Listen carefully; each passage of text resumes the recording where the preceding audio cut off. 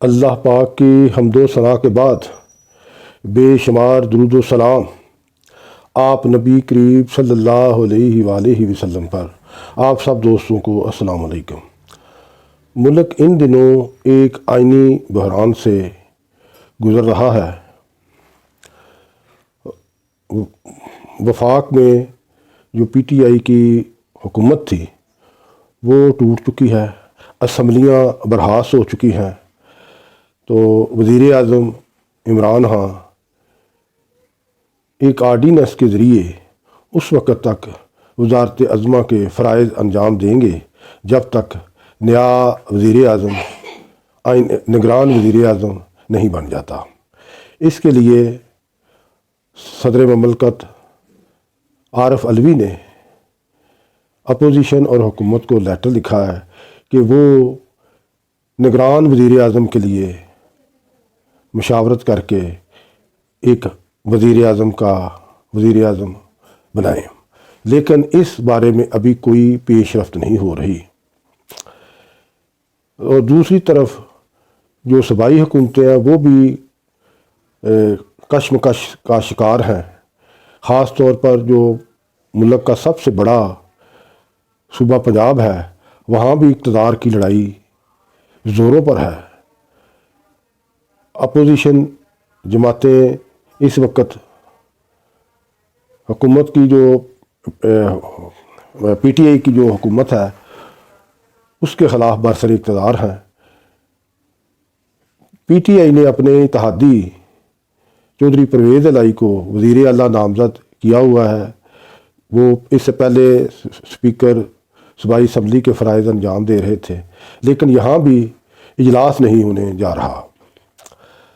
تو اس طرح دوسری جو صوبائی حکومتیں ہیں سندھ اور کے پی کے، وہ بھی عجیب و غریب قسم کی صورتحال سے دوچار ہیں کہ کسی بھی وقت وہ اسمبلیاں توڑی جا سکتی ہیں اور وہاں پر یہی صورتحال پیدا ہو سکتی ہے جو پنجاب میں ہے، وفاق میں ہے اور پنجاب میں ہے۔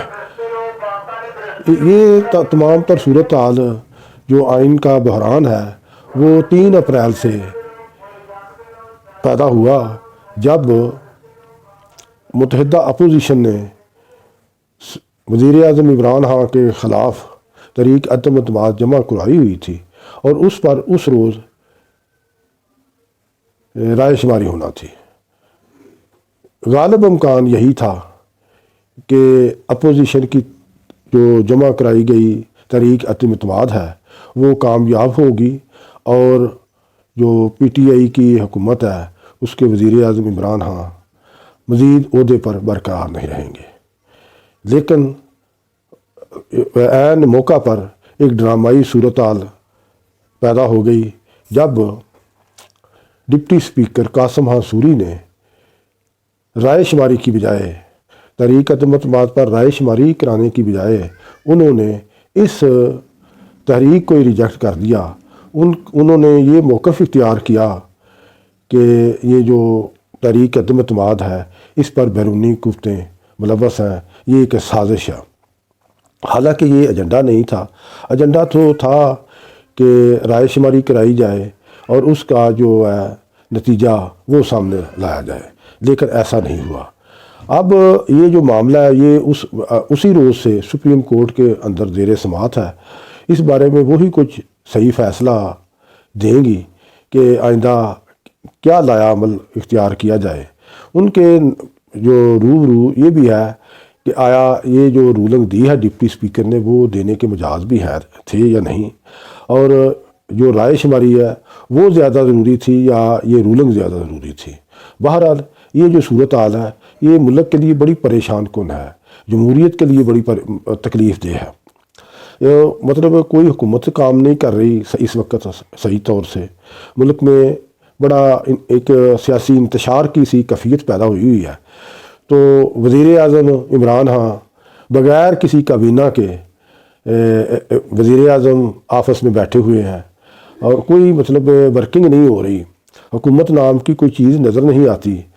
تو معاملات اپوزیشن اور حکومت کے درمیان آگے کی طرف بڑھتے ہوئے نظر نہیں آ رہے، نہ اپوزیشن وڈرال ہو رہی ہے اپنی پوزیشن سے، نہ حکومت وڈرال۔ حالانکہ ہونا یہ چاہیے کہ دونوں فریقین کو ایسی کوئی سلوشن نکالنا چاہیے، ایسی کوئی تدبیر نکالنی چاہیے کہ یہ جو معاملات ہیں آگے کی طرف بڑھیں، یہ کسی مزید بحران کا شکار نہ ہوں، کہ اس سے جمہوریت کو خطرہ ہے، ملک خطرہ ہے۔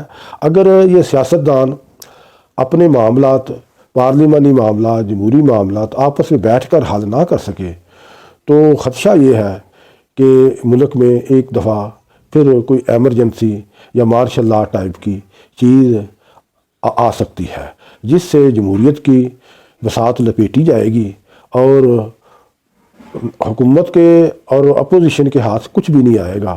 پھر جو آئین ہے، جمہوریت ہے، وہ ایک طرف رہ جائے گا، ایک ملک میں مارشل لا آئے گا۔ پہلے بھی ہم 3-4 مارشل لا بھگت چکے ہیں۔ جنرل ایوب خان کا مارشل لا تھا، جنرل ضیاء کا، جنرل پرویز مشرف کا، اس میں جنرل یحییٰ خان کا بھی مارشل آتا ہے۔ 72 سالوں کی 74 سالوں کی تاریخ میں 30 سے زیادہ سال جو ہیں ہم نے جمہوریت کے بغیر گزارے ہیں، آئین کے بغیر گزارے ہیں، قانون کے بغیر گزارے ہیں۔ تو یہ جمہوریت بحال کرنے میں یہ سیاسی جماعتوں نے، سیاسی کارکنوں نے بہت زیادہ قربانیاں بھی دی ہوئی ہیں۔ تو اب یہ جو صورتحال ملک میں چل رہی ہے، اس سے پھر ایک دفعہ خطرہ ہے کہ شاید ملک کے اندر جمہوریت کی جو گاڑی ہے وہ پٹری سے نہ اتر جائے۔ تو اس کے لیے سب سے زیادہ جو اب ذمہ داری آن پڑی ہے وہ ہماری عدلیہ پر ہے۔ عدلیہ ان معاملات کا کیا سلوشن دیتی ہے، اور اس سے بڑھ کر اس سے پھر آگے ہمارے سیاستدانوں کی ذمہ داری ہے کہ وہ اپنے ذاتی اقتدار اور مفادات کے کو نظر انداز کریں، ملک کا مفاد سامنے رکھیں، جمہوریت کا مستقبل سامنے رکھیں، تو اس پھر کوئی فیصلہ ہو سکتا۔ یہ دونوں جو پی ٹی آئی ہے اور اپوزیشن جماعتیں ہیں، یہ اپنے اپنے مفادات کے تابع ہیں۔ انہیں قومی مفاد اپنانا چاہیے، قومی مفاد میں فیصلے کرنے چاہیے، اس میں ذاتی انائیں قربان کرنا پڑتی ہیں۔ جمہوریت کے لیے سوچیں، ملک کے لیے سوچیں، عوام کے لیے سوچیں، تو پھر تو کچھ نہ کچھ اس کا حل نکل آئے گا، وگرنہ یہ حالات خرابی کی طرف جاتے ہوئے نظر آ رہے ہیں۔ اللہ تعالیٰ پاکستان کی حفاظت کرے، جمہوریت کو مستحکم کرے۔ ہمارے عوام 22 کروڑ عوام اس ملک کی بہتری چاہتے ہیں، جمہوریت کی بہتری چاہتے ہیں، اسی میں سیاستدانوں کی بہتری ہے، لیکن وہ اس چیز پر متفق ہوں۔ پاکستان زندہ باد، پاک فوج زندہ باد۔ السلام علیکم۔